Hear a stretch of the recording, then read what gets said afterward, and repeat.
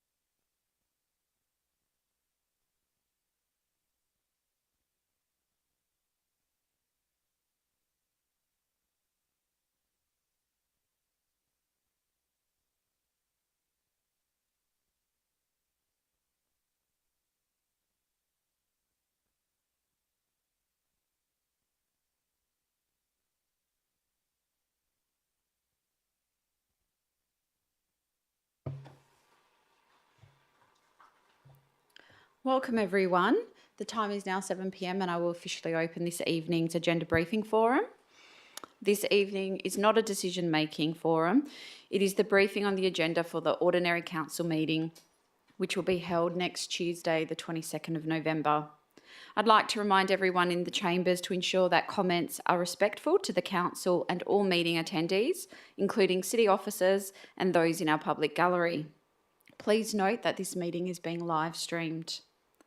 I'd like to acknowledge the traditional custodians of the land on which we are meeting, the Whadjuk people of the Noongar Nation, and pay my respects to elders past, present and emerging. This evening, Councillor Eveson and Councillor Clark are on a leave of absence, and Councillor Maleka has provided an apology, as has Councillor Peterson-Pick. All other councillors are present in the chamber this evening. I'll now ask if councillors have any interest to disclose. Deputy Mayor. Item 10.4.4 Australia Day Awards. It's an impartial interest. I know several of their nominees. Thank you. Councillor Palmer. Thank you, Madam Mayor. This is on item 10.4.2. As chairperson of the Bayswater Childcare Centre, it's an impartial interest. Thank you. Any other disclosures? Councillor Osazowski. Thank you. Mine's also for 10.4.4, the Australia Day Awards. Impartial interest. I know people who have been nominated. Thank you. Councillor Johnson. Thank you. Likewise, 10.4.4, if I'm correct, the Australia Day Awards. I know impartiality interest. I'll be staying in the room. I know some of the people who are nominated and some of the people who made nominations. I also have an interest in the same item, 10.4.4, Australia Day Awards. It's an impartial interest, as I know some of the people nominated, and I'll be staying. Councillor Palmer. Thank you. Can you also put me down for 10.4.4 as an impartial interest, as I know some of the people? Thank you. Thank you. Councillor Sutherland. Well, since everyone's declaring that interest, I may as well too. It's 10.4.4, Australia Day Awards. I think I know one person there. Thank you. Okay, we'll now move on to deputations. This evening we have 12 deputations, and I'll explain how the process works. Each person who is presenting a deputation will be invited to come forward and speak at the microphone for up to 5 minutes. As we get close to 5 minutes, I'll let you know so that you can conclude your deputation. Once you have finished, councillors may have some questions for you. So the first person we have, could I please ask Jackson Carr to come forward, speaking on item 10.3.1, speeding on Moojibing Street, Bayswater. Okay, good evening everyone. Thank you for the time. My name's Jackson Carr. I'm speaking in support of a petition that I put to council in the last meeting about speeding and hooning on my street, Moojibing Street, which is in the southeast corner of Bayswater between Tonkin and Guildford Road. I've lived on the street for 5.5 years now, owned a property there for 4 years. Excuse me. And in that time, I've got to know a lot of my neighbours and had a lot of discussions with them while verge gardening. And one of the themes that has repeatedly come up in conversations with just about everybody is the problem of speeding and hooning on that street. Very safe, unsafe speeds regularly occurring down our street, and common occurrence of burnouts and tyre marks left on the street. To give you a context, the street is transitioning from an industrial zone from Guildford Road into residential zone down to Hardy Street, and there are 2 blocks of residential property towards the Hardy Street end, preceded by 3 blocks of an industrial zone. From the industrial end, the street is about twice the width of a normal road, and so people come off Guildford Road and it's a racetrack. It's dead straight line, 100% right of way. So they've got right of way all the way down to Hardy Road, and people just accelerate down that road really, really quickly. And they come through our residential area, speeds of 70, 80 kilometres per hour we've observed. Sometimes trucks doing those sorts of speed. I was nearly swept off my feet by the wind from a cement truck hurtling past. A lot of us have kids in the street, and they're all very small buildings, with most of the space being at the front, so lots of kids like to play in the front yard, and it's just not a safe environment for them. There are two types of speeding that I think both can be addressed by the same issue, but they're separate issues. One is the regular day-to-day speeding, where most drivers will be doing 60 or 70 kilometres down the street, and that's because of the nature of the street, unimpeded, clear lines of sight.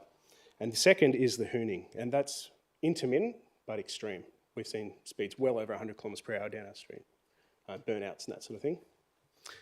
Both of those, though, I think could be addressed by a couple of small interventions, which I know are on the cards. One would be some signage, just to remind people that it is a residential area. And I know that permanent speed signs aren't really the go, but perhaps something on the lines of reminder of 50 kilometre per hour in residential areas. And the second is some low-cost physical interventions like speed bumps, humps, or some sort of bolted-on roundabout, or something else to impede that direct drive through the street. And when I was circulating the petition, in which I identified these types of things as objects that we could have installed on our road, everyone was in support. I didn't encounter anyone who didn't want to sign the petition or had any concerns about those issues. So I think there is very strong community support to have something done to address these issues and make it safe for our kids, for pedestrians who have to use the road or the verge because there are no footpaths.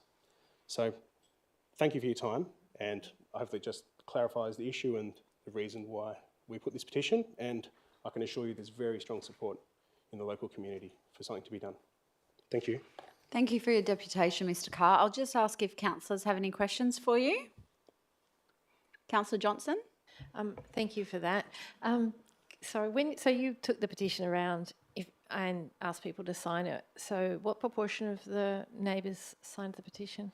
So I think we got 21 signatures on the petition, and I would say that's probably 60 to 70% of the street. A lot of the streets, houses that I went to, there just wasn't anyone home at the times that I went, and I tried twice for each house, but it's hard to catch people. There are some shift workers in our area, but I think I got pretty good coverage. It was myself and another neighbour circulating the petition. He did one end of the street and I did the other, but I would say it would be at least 50%. Thank you for that. Any other questions? Councillor Palmer? Thank you. Do you find that it has increased over the past few years? Yes. Recently, I would say maybe a year and a half ago, there was a mechanics business that opened at the entrance to our street, and they seem to be working on a lot of hotted up cars. So there's always a couple of Nissan Skylines parked out the front there that are being worked on, and a number of times I've observed that car or those cars really hooning and revving their engines. I think they're testing engines and testing modifications, and oftentimes they don't have number plates on the car. This has been reported to police. There have been a number of police reports made about hooning. It's very difficult, obviously, to hold anyone account if there are no number plates on the car, and you've got to be very quick to get photographic evidence. Yes. But certainly I would say the last 2 years, there's been an increase in that extreme level of hooning activity, but the regular fast driving has been ongoing, and that includes people driving their boats to the boat ramp, trucks going to the roadworks that have been down there, and just people driving home or using it as a bit of a rat run between Hardy Road and Guildford Road. Okay, thank you very much. Thank you. Any other questions? Thank you very much. Could I just thank Councillor Bull for being really active in starting the work on collecting data on that before the petition came to council. So thanks for that. Thank you very much. Cheers. I'll now ask Trent Will to come forward in regards to item 10.4.1, proposed 3-storey single house, 4th Avenue, East Maylands. Thank you very much, Madam Mayor. Trent Will from Taylor Burrell Barnett, just speaking on behalf of the applicant for the proposed development.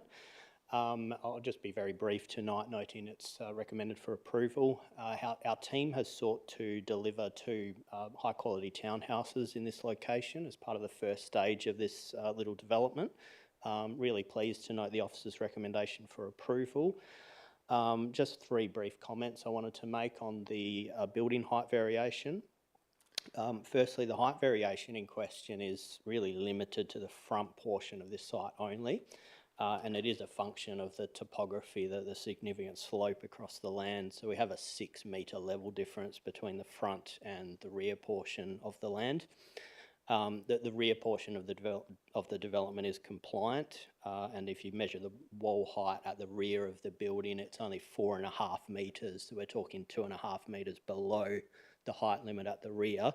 I just wanted to mention that because that's where it aligns with the heritage property at number 17 View Street in Maylands. Just secondly, on the layout of the site, so going back to when the site was subdivided last year, we did lay the site out in a manner which we think did consider the owners. So we've had the access leg on the northwestern boundary. And what that's done, that's created a separation between the proposed development and the adjoining properties on View Street of more than 5 metres. Just finally, we think the development fits really neatly within the existing streetscape. There is a 3-storey dwelling under construction on the corner of East Street and 4th Avenue. And next door to us on the other side, there's a 2-storey development that sits above a 2-metre high retaining wall. We have no objections to the conditions of approval and would respectfully ask Council to approve the application next week. Very happy to answer any questions. Thank you very much for your deputation. Councillor Palmer, your mic. Sorry? Oh, I beg your pardon. No, I haven't pressed anything. Okay. Deputy Mayor. Yeah, if I may, I just want to seek some clarification just in relation to the overshadowing of 52% when it says from the adjoining property. Is that onto the neighbour's lot or from the developer's own lot onto their own lot? No, yeah, that's onto the other lot that we own. So the shadow will actually hit the boundary wall that abuts the 2 dwellings between one another. Yep. Okay, thank you for clarifying. Any other questions, councillors? No, thank you very much. Thank you. The next deputation we have is Trish Byrne in regards to item 10.4.2, proposed change of use to child daycare centre and associated alterations. Thank you, Mayor and councillors. I am here today to speak in opposition to the officer's recommendations. On behalf of the project team and the many supporters of this application within the community, I would like to express our profound disappointment at the officer's recommendation for refusal. The officers have recommended or put forward a recommendation to refuse a much needed and community supported childcare service in an otherwise deteriorating heritage building within the town centre, close to public transport and adjacent a primary school. The refusal recommendation was a surprise, given we believed there were many positive conversations with the planning officers throughout the process, and with some highlighted through the planning officer's report. Fundamentally, the justification for the refusal is unsubstantiated, and that will be addressed by our planning and our traffic engineers in the next deputation. It appears largely centred around the perception of issues of congestion and legacy issues, rather than our application being assessed under its own merits. I expressed this as a concern throughout the process. I was just always fearful that this was the approach that was going to be taken. I feel it also shows a lack of understanding of the childcare services, despite several attempts to clarify and reports showing our operational detail. For example, arrival times are staggered and would have different peaks to that of the school, and we have provided actual data showing childcare services do not run at 100% capacity. Councillors, you have to ask yourself in your consideration over the next week before the planning, before your decision on Tuesday, if you understand how and when parents travel to daycare is different to schools, and if the road network is so far below its potential, as acknowledged by the officers, then why is this application being refused? And if it has been shown that there are lots of available parking bays sitting vacant when the childcare might need them, then why would we not allow this use of these bays if it can deliver a much needed service? If successful, this development goes some way to alleviating the significant undersupply of childcare options in Bayswater, and it can be delivered in a far shorter time than any new build. So it would support existing young families that are on wait lists, and we know that there are families on wait lists from speaking to the local mothers groups, and or families travelling out of the suburb for care, and it would encourage new families to the area. In areas with insufficient supply, there are lower levels of workforce participation for females who have a child under the age of 5 in the household. I know for myself, and also give you the tip, I'm obviously not from here, not having a family in the area, childcare was an absolute support system for me, an absolute safety net. I believe Bayswater has quite a high percentage of people that were not born in Australia. Just from looking at ID profile, I think it was about 37%. So yeah, critical service to be provided. Just want to speak briefly about the advertising process as well. We had 36 submissions and an amazing 28 submissions in support. Overwhelmingly, the community want to support this application. It's not unusual for development applications to receive objections from neighbouring residents. We would suspect that it's a regular occurrence. We note that the expert consultant reports are not available online, which we feel would mitigate any reasonable concerns that might have been raised. It is highly unusual to receive this level of supportive submissions, for people to take time out of their day to vote for support. We believe the support has come from a cross-section of the community. I know personally that I've had young mothers reach out to me who have voted for their support. We know that there's some local businesses that have been supportive. We know that there's young professionals. And we also believe that one of the neighbours that could be considered most impacted has also put forward their support. We find it highly unusual for it to appear that such little regard has been given to the overwhelming support of submissions. I quote from the report, they are situated further from the site and not directly affected by the proposed development. I would suggest to some of the mothers that are really trying to get back to work and are on wait lists and are struggling to find childcare that they would not agree with that statement. We acknowledge there are 8 nearby residents that have voiced concern. We note the support, again, could support so many families in the community and go really far towards enabling these mothers to return to work. And as we all know, on some occasions, not all individual objections are in the best interest and sometimes to the detriment of the wider community. However, as always, we pride ourselves on working with the community and we'll always work to resolve any neighbourly concerns related to our operations. I personally have door knocked, I've left my numbers, I'm more than happy to liaise with any neighbours that have concern, and I have done in the past, which is why I know some of the issues behind some of the concerns that might have been raised. We would like to take this opportunity to thank the many supporters of our application. We have truly been overwhelmed by their support, both the verbal and the written submissions, and this has given us the drive to continue to fight to get this proposal accepted and over the line.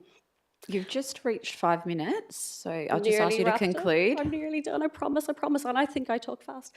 I'll just like to point to, there was a submission to be handed out, and I'd just like to point to the social media picture that was, and for anybody that can't see it, there's a big bulldozer that was released on social media, obviously in opposition to our childcare, fronting a character protection house, which is the exact opposite of what we're trying to achieve. And the question said, Murray Street as a proposed long daycare. They can't be serious, can they? Well, we are absolutely serious because there are so many positives of this submission which far outweigh any perceived and unsubstantiated issues as follows. It provides much needed vital services and early learning in the heart of the community and adjacent to complementary uses. Having a childcare next to the school provides a walkable option, and we will provide pram and bicycle parking.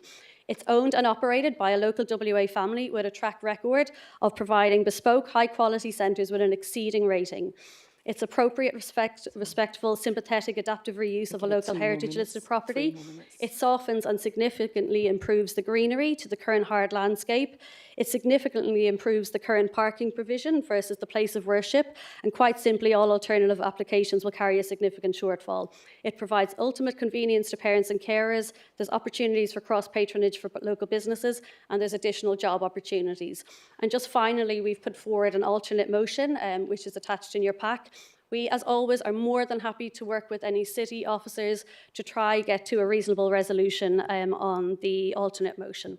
I'm happy to answer any questions. Thank you for taking so much time. Thank you.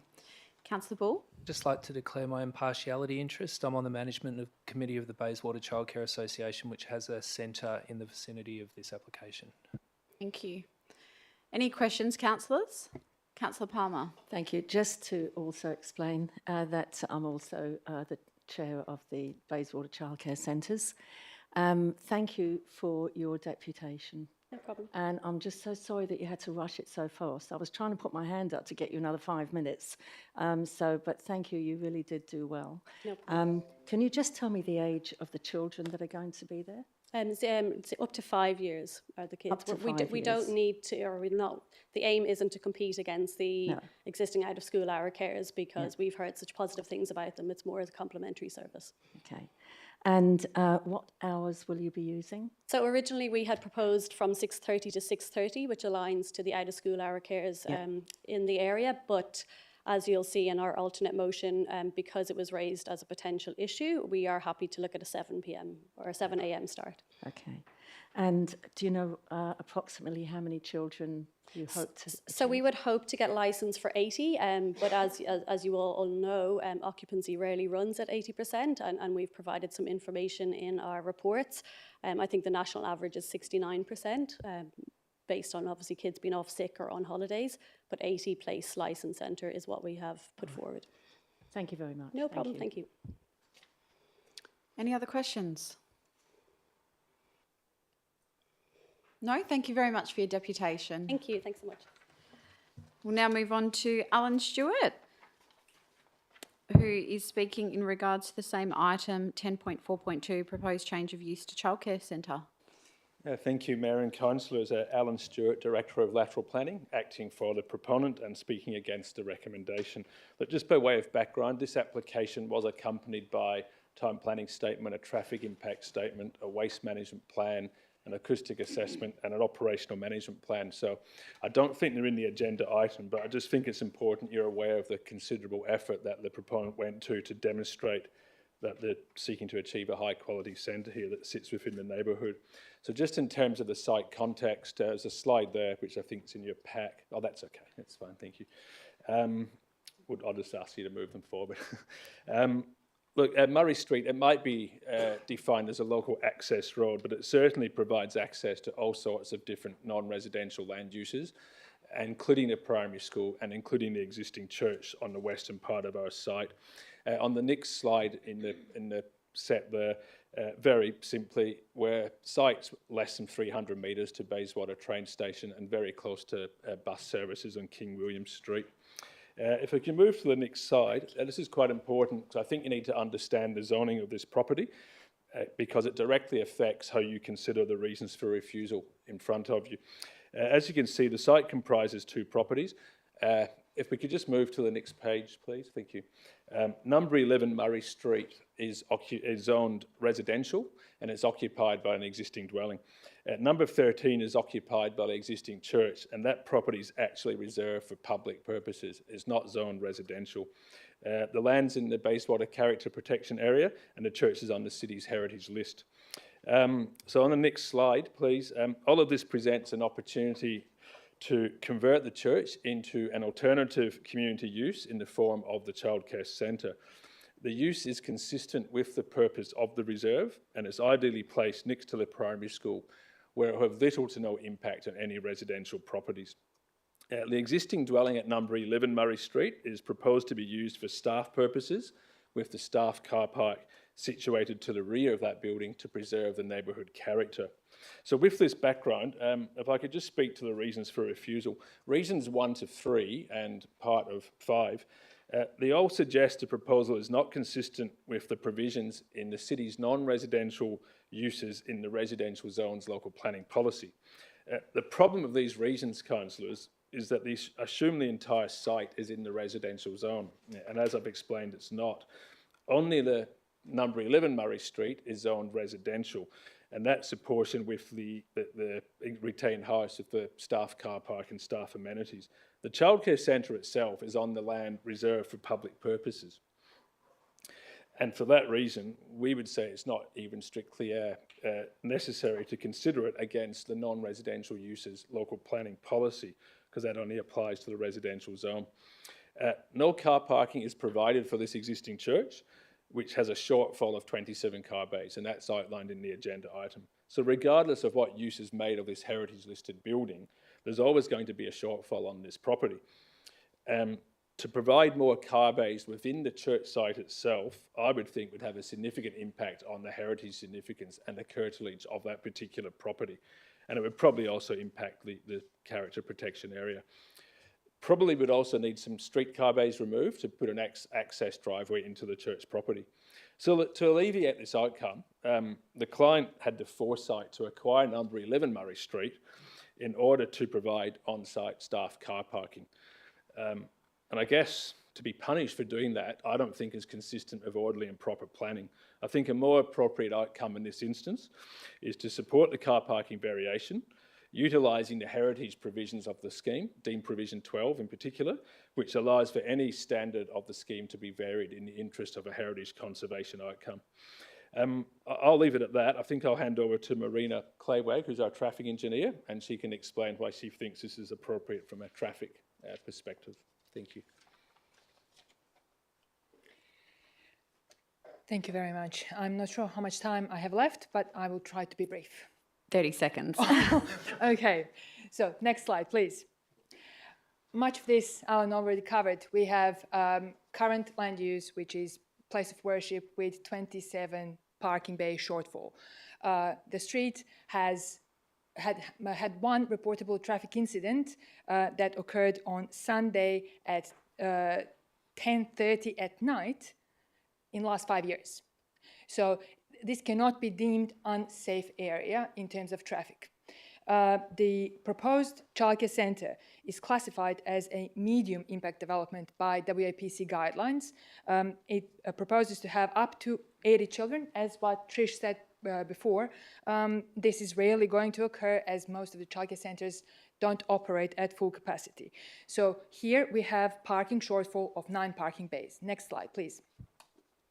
There was a lot of discussion about congestion, and congestion is not an emotive term. In engineering terms, that is definition on whether the road has the capacity to carry traffic that is already on it. And there are actual measures that determine whether the road is congested or not.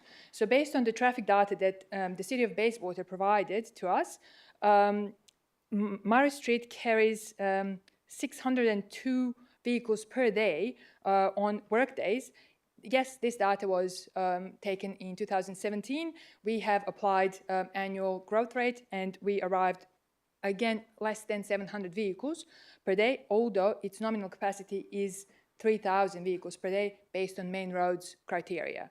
That brings us to what is called degree of saturation, 0.35, which is level of service A, highest level of service that can be afforded. There is more than 65% of capacity of that road that is unutilized.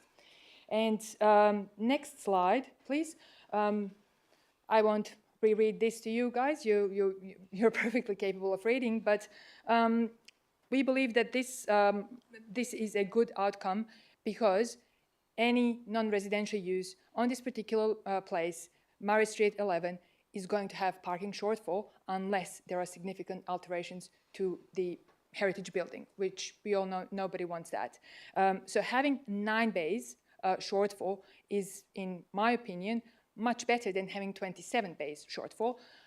Further to that, we have proposed that the staff parking, long-term parking, is off-street, and that pick-up drop-off area is catered for on-street for one simple reason.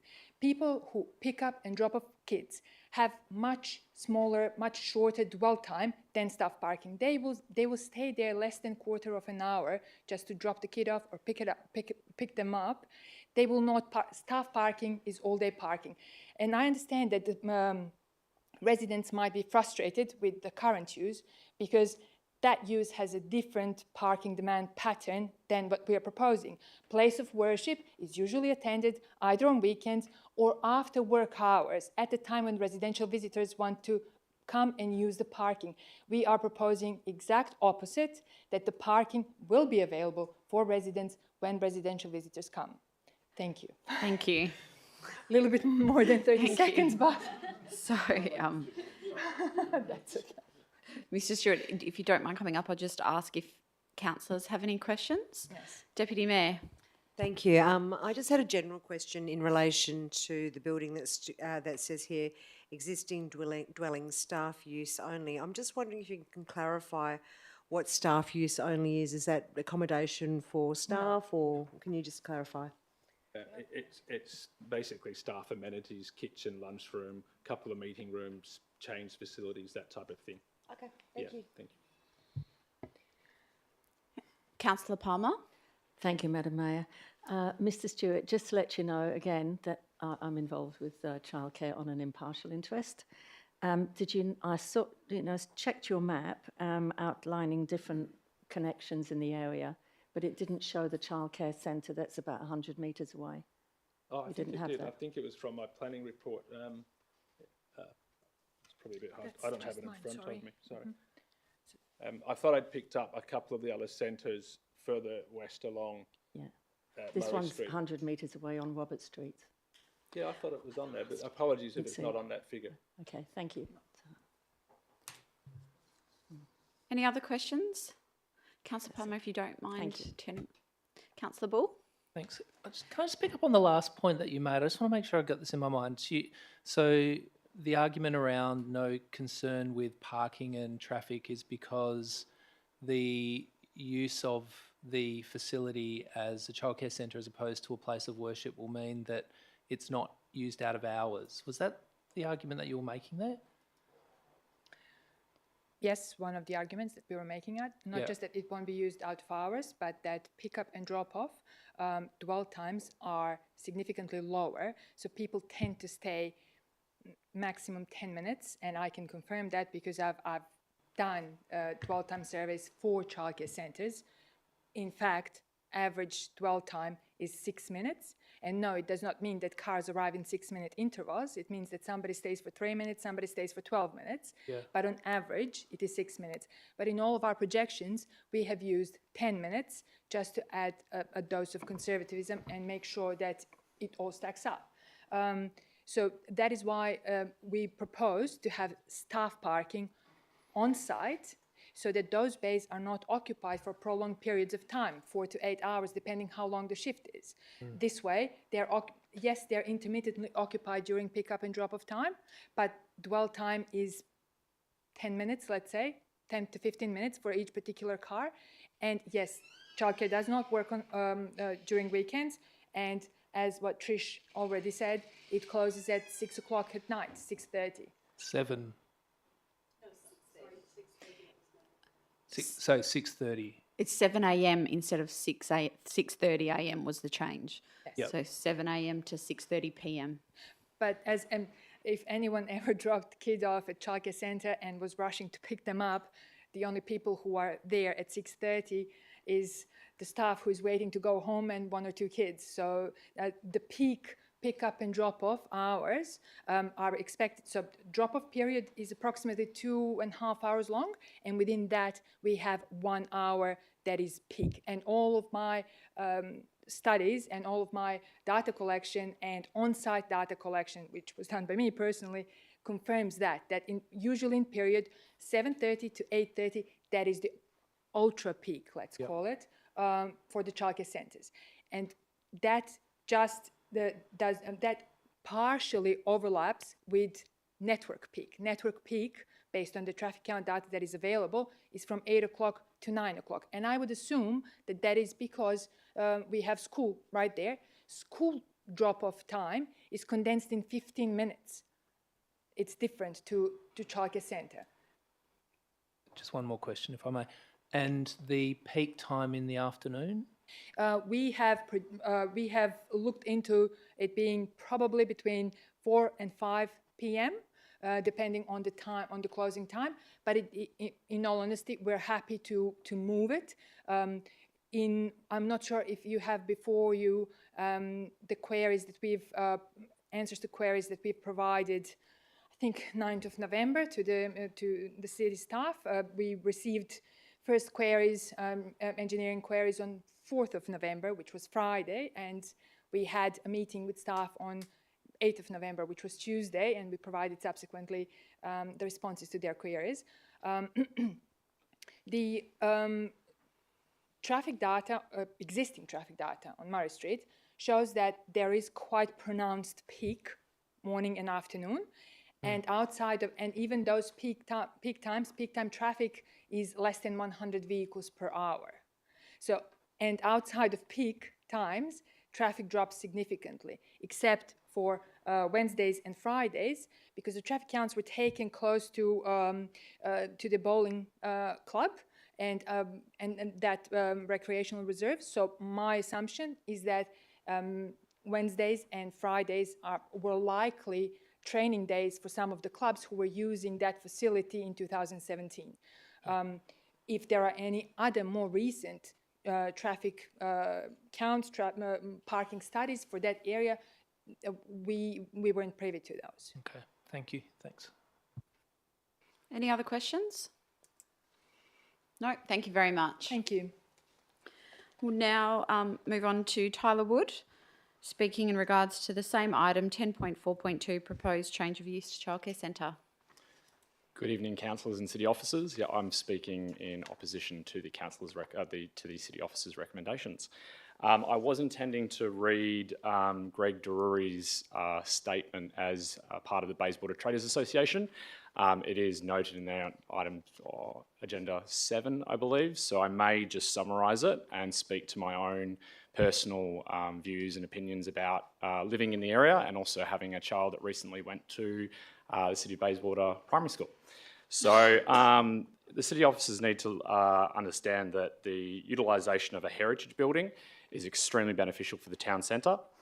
The proponent has provided extra car bays on top of what is available currently. As the Bayswater Traders Association, we are very, very focused on getting investment into the Bayswater Town Centre. As you might know or might be aware, there have recently been 2 businesses that have closed down in the Bayswater Traders, in the Bayswater Town Centre, one being the bakery and one being the fish and chip shop. And Tablespoon has recently moved out, and Kinky Lizard has come in. So we're in dire need of some investment into the town centre and some revitalisation to a derelict kind of area. The parking issues, from my own experience with a young child going to the Bayswater Primary School, we had her going to the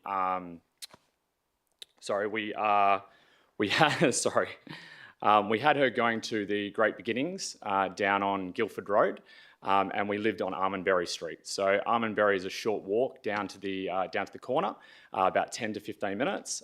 We probably walked down there maybe 5 to 6 times every couple of weeks. When she went to the Bayswater Primary School, we walked pretty much every day. So we're within the town centre, within the area. It was really convenient to kind of walk down. So what we'd find is that a lot of people, i.e. similar to myself, would not drive to the Bayswater school. They would actually take their child and 2 children down to there and then walk back as well. So once you get in the car, it's very difficult to get back out of the car. So I think that's all. As the Bayswater Traders Association, would like to support the alternate recommendation and would like to support investment in the town centre and a view of this happening. Thank you very much. Thank you for your deputation. I'll just ask if there's any questions. Councillor Bull? So what's the reference to the alternate recommendation? Was there not an alternate recommendation? Yeah, it was an alternate recommendation that they proposed. So that's what is being, that's We're who in support proposed? of the motion. Sorry, I don't understand. So what's the alternate recommendation in the deputation? I don't understand. It was provided in a previous deputation. But this one's written. So, I don't, It's in the written deputations that So councillors have been provided. Greg's the provided written by- one, but I'm speaking on behalf of myself. and so the written one has also provided an alternate. We've Oh. received a written deputation from Trish Byrne, and the alternate recommendation is within the written deputation from Trish Byrne. Okay. So I'm confused. So that's in that one, but this is a different deputation now? I believe this deputation is Mr. Wood is giving his Yeah. own deputation. No. That was from Greg, you said. Greg's come up in item 7. Mr. Deruy So has I was also going, provided I was going to a read written his deputation. deputation, but I've been line item, so I just spoke on my behalf. Okay. Who did you? Sorry, my question is, what you just presented, was that your deputation or Greg Deruy's My deputation, Okay. correct, because Greg has I summarised being a part of the Bayswater Traders Association. I summarised parts of it, but then, yeah, Greg has put in a written deputation himself. Okay. Still not fully following, but okay. Thank you very much. Thanks. Thanks. So, councillors, we have received written deputations for this item, 10.4.2, from Trish Byrne, Linda Slater, Greg Deruy, Andrew Watt and Paul Shanahan. These have been provided to councillors and I will take those as read. We have also received a written deputation for item 10.6.2.2, Planning Policy Review, Trees on Private Land and Street Verges Policy by Wendy Garstone. This has been provided by councillors and I will take that as read. We'll now move on to a deputation from Rochelle Richards, who is speaking in regards to item 11.1, Councillor Peterson Pick, installation of fencing around playground. Is Miss Richards here? I don't believe she's here. So we'll now move on to the next deputation, which is in relation to confidential item 14.1.2. Todd McHardy and Brett McEwen, if you'd like to come forward. It's request for management agreement variation. Brilliant. Thank you, Madam Mayor, councillors. Given the nature of this agenda item and it's proposed to be under confidentiality, I'd like to propose that council consider going behind closed doors. That's fine. Members of the gallery, if you don't mind, we'll need to ask you to please remove. No.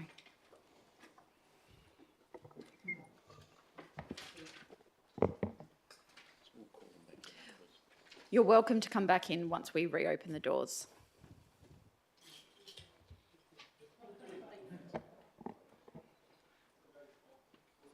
I'll just make sure the live streaming is turned off.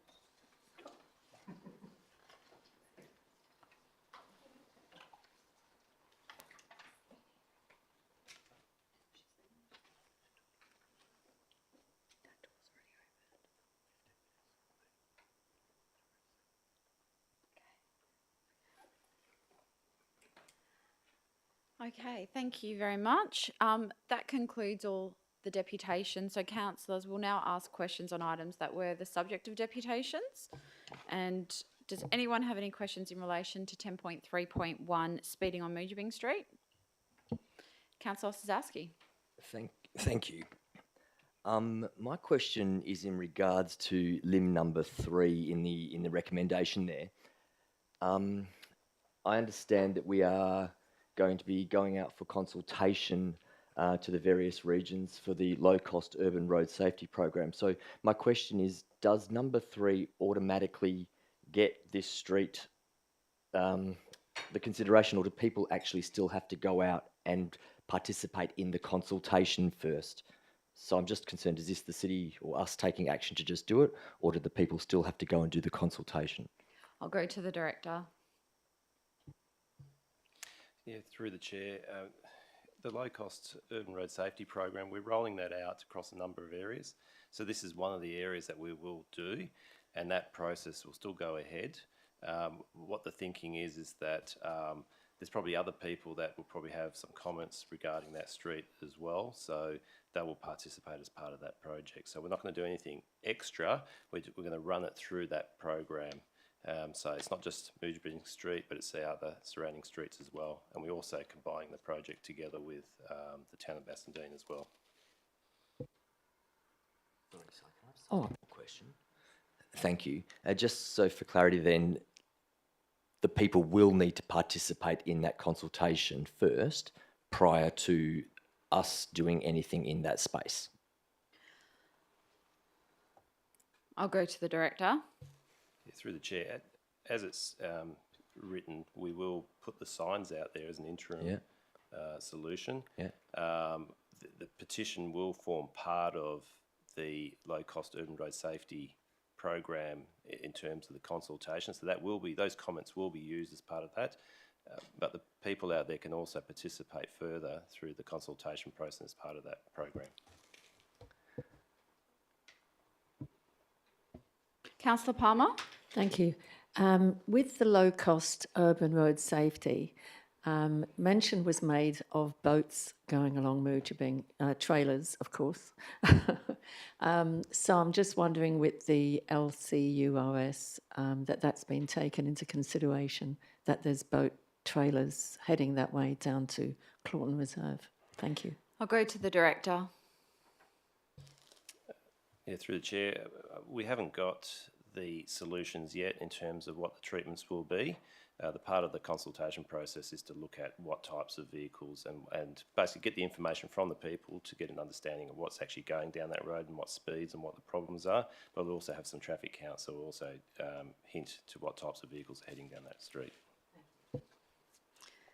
Any other questions on this item? Councillor Johnson. Thank you. And just looking at page 27 of the report, it says under the picture, I think it is, there's a little summary about the crashes in the last 5 years. It says 3 of those crashes are of medical severity and the remainder are damage to property. Is that, I don't know, that sounds like a lot to me. Does that meet the criteria for a black spot program, or can I get some idea about how extreme that is, please? I'll go to the director. Can I refer that question to the principal traffic engineer?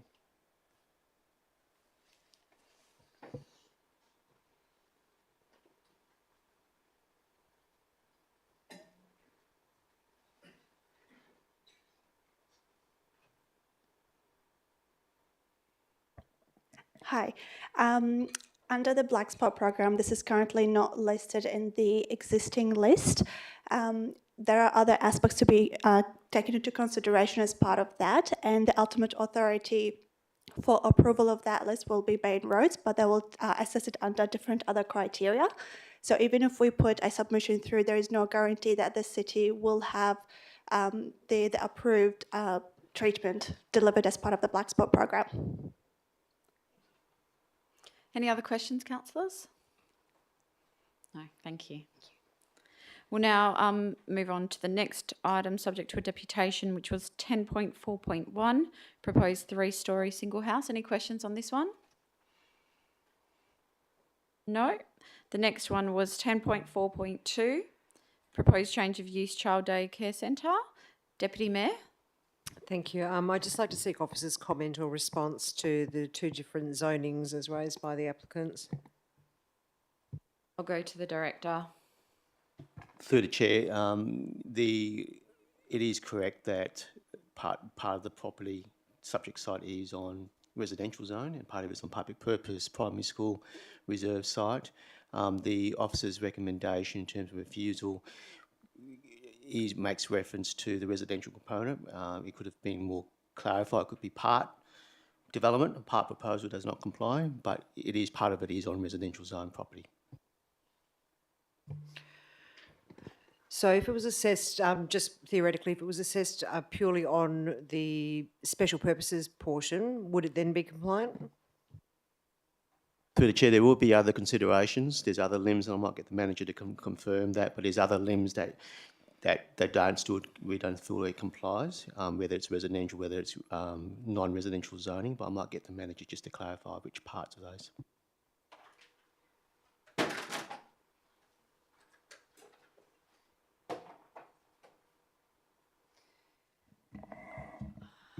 Through you, Madam Mayor, the special purpose, the zoning for public purpose in the town planning scheme, we would need to consider the use and the intent of that reserve.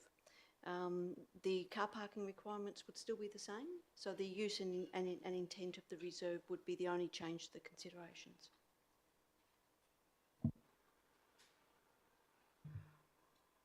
So the officer's recommendation would then remain the same, whether it was regardless if it was measured on one or the other? Through you, Madam Mayor, yes, it would still remain the same for refusal. Okay, thank you. Councillor Johnson, did you have a question on this one? Yes, please, I did.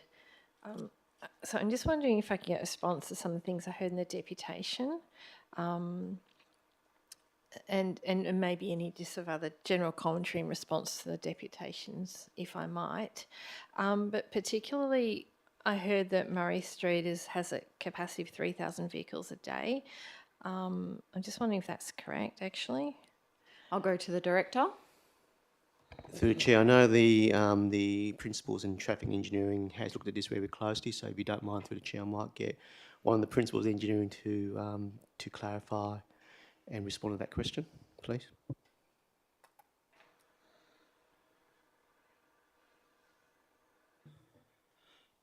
Through the Chair, Madam Mayor, that 3,000 vehicles per day, it's a daily traffic volume. So it provides a number of the number of vehicles that passes through that particular road, but it's throughout the whole day. It's not based on a particular peak hour period. It applies for the whole day. Okay, understood. Thank you.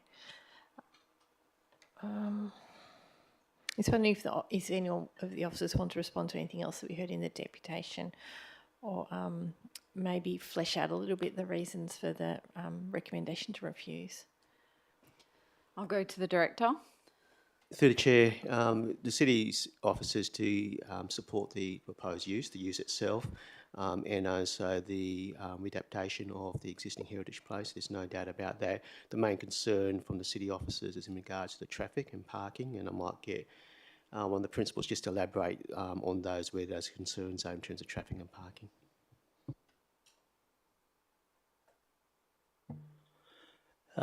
Through the Chair, Madam Mayor. Some of the concerns include traffic congestion is definitely one of them. As officers, we have conducted our own surveys as well, and we know that there are traffic congestions that exist on that road.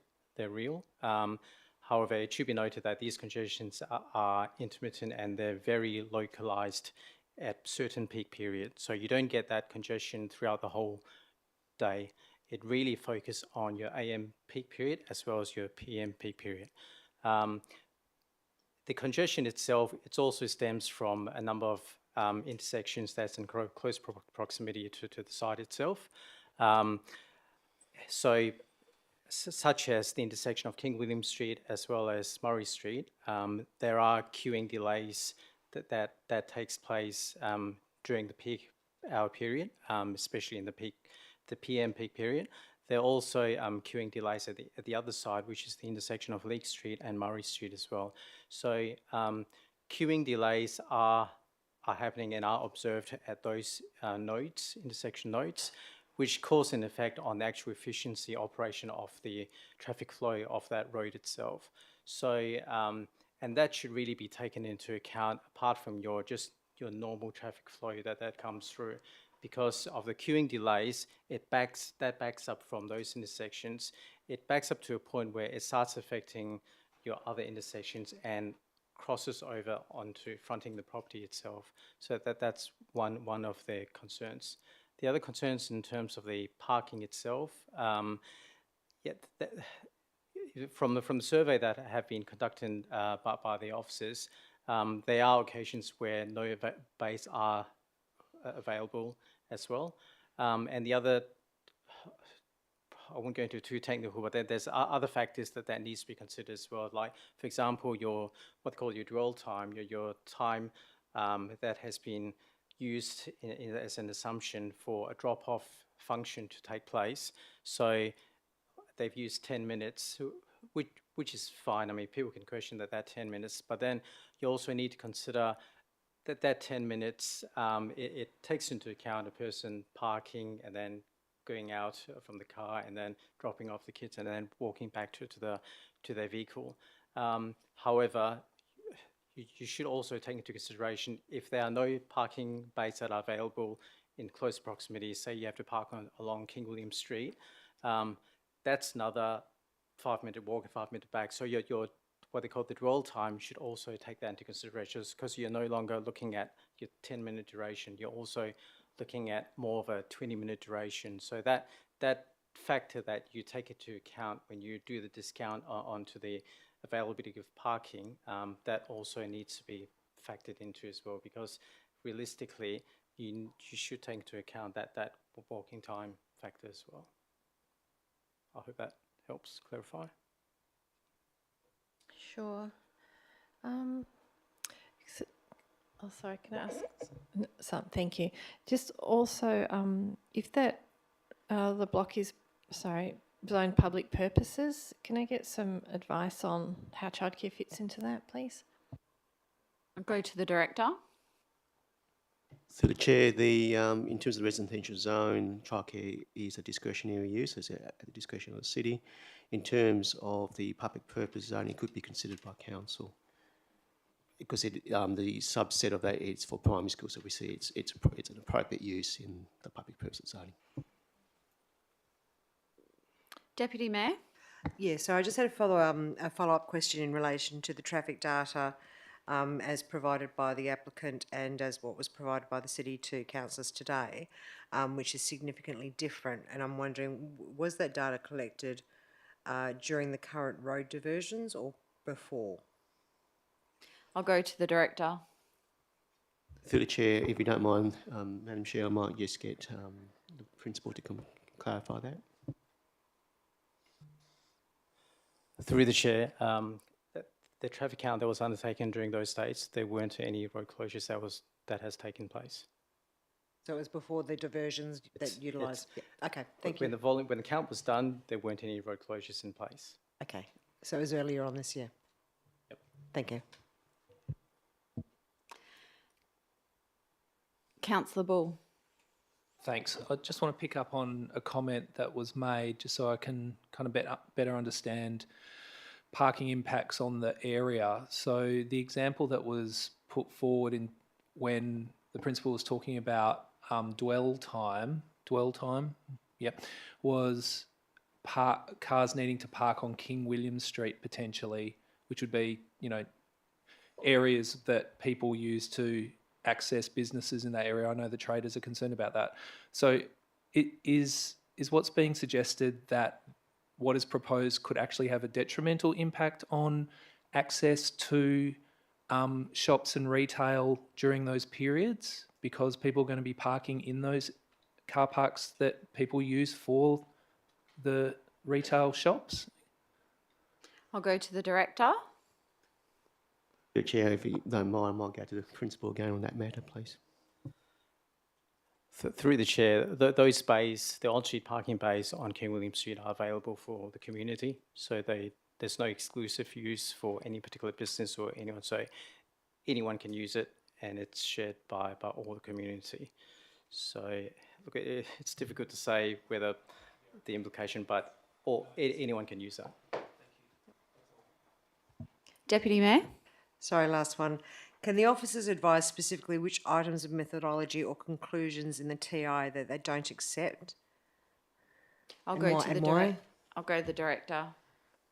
The chair, if you don't mind, I might get the principal. I'm go happy to through take. and- I'm happy to have that taken on notice. we might be able to respond. I'll just look at the principal whether he can respond.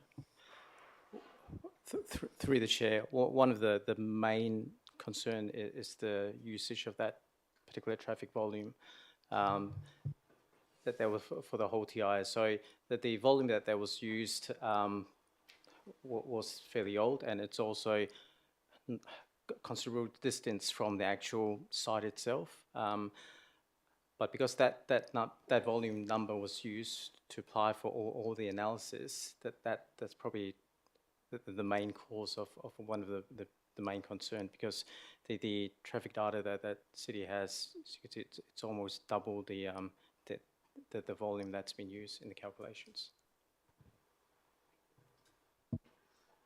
I have a question just to follow up from that. So my understanding is that there were conversations between the applicant or planners and the city, before this coming to council. And when they provided traffic data from 2017, and you're saying your main concern is with the difference between those numbers to today's numbers, why wasn't there any direction given that we're not going to accept those numbers then before you come back and submit? You've got to get new data or current data. Why did we just accept as part of the application? Why didn't we, as part of those discussions, suggest that they relook at that data? Through Chair, I might get the manager or maybe the manager who was involved in those discussions with the applicants. Through the chair, the discussions that has been had with the applicant, it was put forward to them to undertake further analysis, such as detailed traffic modelling, that takes into account your nearby intersections and the operation efficiency of those intersections. So it requires detailed modelling in order to get some true numbers that comes out in terms of the level of performance of those roads. So.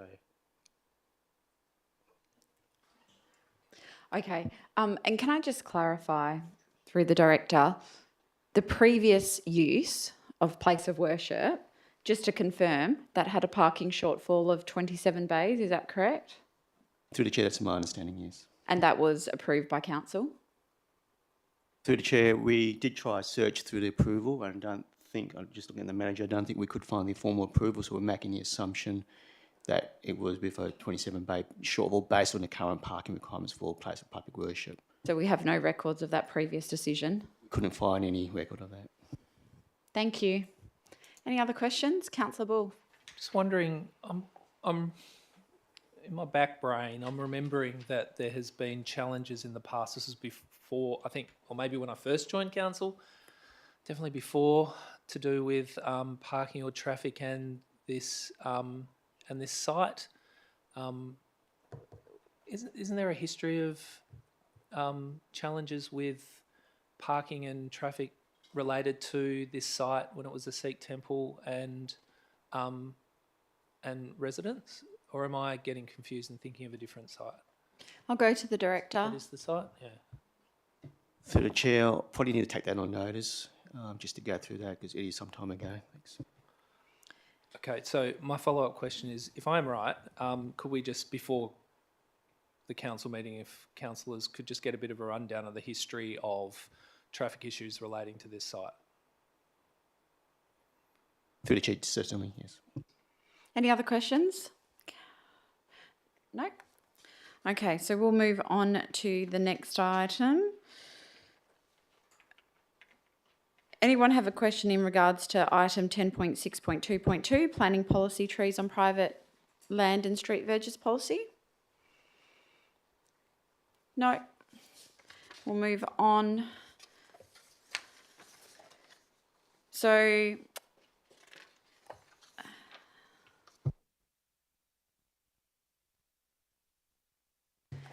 members of the public will now be asking if there's questions on the remaining items of the agenda. Please feel free to leave if you wish, but you're also welcome to stay. In terms of the confidential item, that questions will be asked on that at the end of the meeting under confidential. So, councillors, the next item that I've received questions on is item 10.5.1, review of place-based strategy. Councillor Johnson. Can I just declare an interest, a proximity interest? Gobber Lake is mentioned in the report. In fact, it's addressed specifically in the report. I live opposite Gobber Lake, so I'll jump out.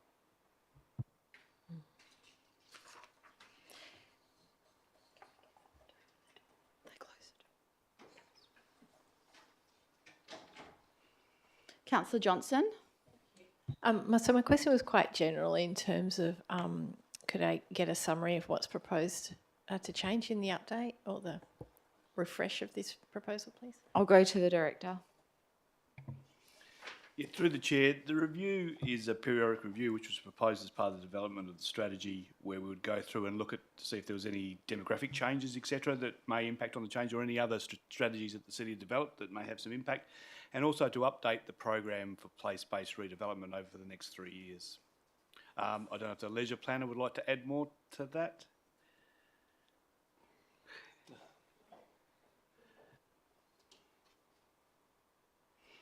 Anything further, Councillor Johnson? Any other questions? Councillor Palmer. Thank you. It's not a question, actually. I was just waiting for question time to be completed. I do have another declaration of interest, and that is on the chaplaincy services, item 10.4.3, just stating that I'm a board member of one of the schools, and it's an impartial interest. Thank you. Thank you. Now that you've raised that, I'll also declare my interest in that. 10.4.3 chaplaincy service. I sit on the board of some of the schools mentioned in that report. It's impartial interest. Pardon? I'll just ask if there's any other questions on the place strategy. If not, we'll get Councillor Ball back in.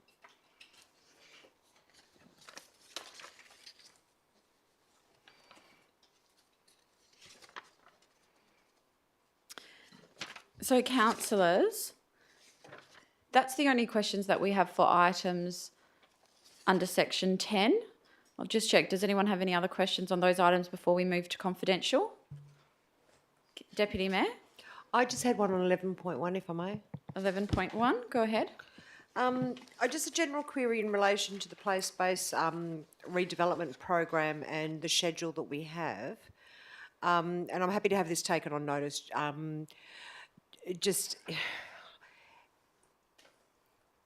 Council can set to change any part of the program, so you can bring forward a place-based renewal and swap it out for another one. Is that correct? I'll go to the director. Yeah, through the chair, with it, I suppose it's the same with any strategy or program we have. Council can change that, but I suppose we have to look at the ramifications of that and what it does move. So it's not a case of adding more things in. Obviously, we have to move things around if things are brought forward or pushed back. Right. So if this item passes, would that be a automatic report consideration that would come to the mid-year budget review, or is that something that would have to be requested extra? Through the chair, if this item passes, it specifically says that it has to be brought forward for consideration as part of the mid-year review, so it would be, but obviously there would be comments in that report about any strategies that it may affect or impact on. Well, I'm just wondering if it's going to come as a separate, if it comes as a separate report, or if it's going to come as like a bulk report for, any alterations. In my understanding at this stage, we haven't discussed it fully, but it would be part of a bulk report on the mid-year budget review. So it may or may not have that full detail? It will have detail in there. I suppose we haven't got to that level of thinking about how that report would be done, but obviously I think we would still, for items that we are considering bringing in or out, there would have to be a degree of detail. And obviously if councillors, when they get that report at the agenda review period, want more information, we could provide more information. Okay, thank you. Any other questions on this item? No. If not, we'll move under confidential, as Councillor Johnson has indicated that she'd like to ask questions on the 3 confidential items. So can I...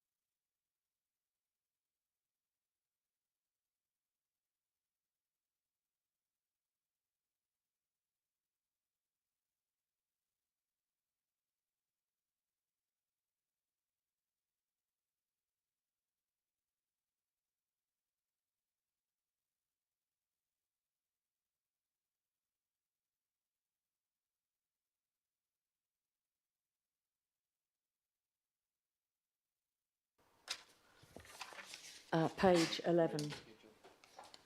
Actually, it's page 15 that I'm talking about, January. Yep.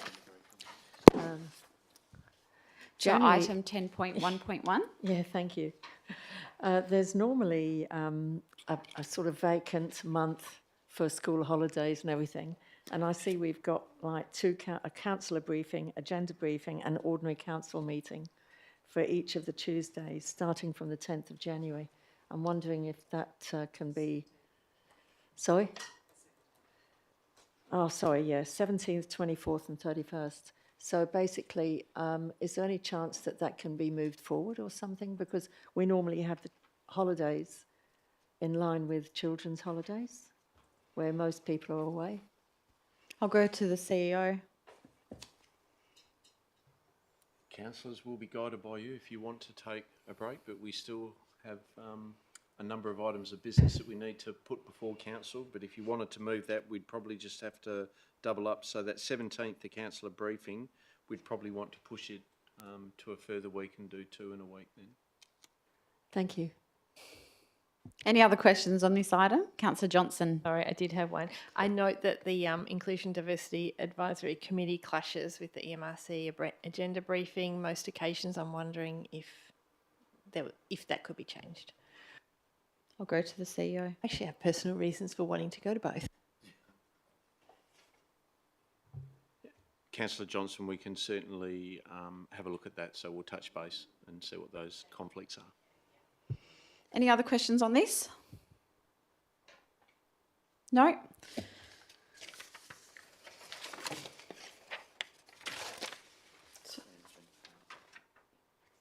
Okay. If there's nothing else, I'll close the forum at 8:33 p.m. Thanks, councillors.